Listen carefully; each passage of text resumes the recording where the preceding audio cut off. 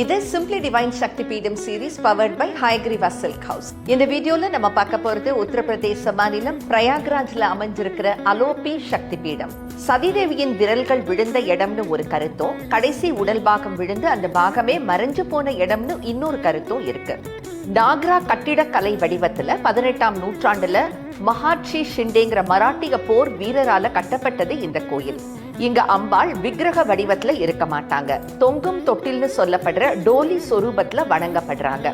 கோயில் மூடப்பட்ட நேரத்துல இந்த தொட்டில் மெதுவாக ஆடத் தொடங்கி அலோபி தேவியின் இருப்பை உணர்த்துமாம்.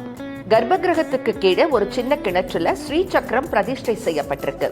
இந்த கிணத்து தண்ணிக்கு தோல் நோய்களை குணப்படுத்தும் சக்தி இருக்கு. உடல் நலமும் மனநலமும் வேணும்னா நாம தரிசனம் பண்ண வேண்டியது அலோபி தேவியை.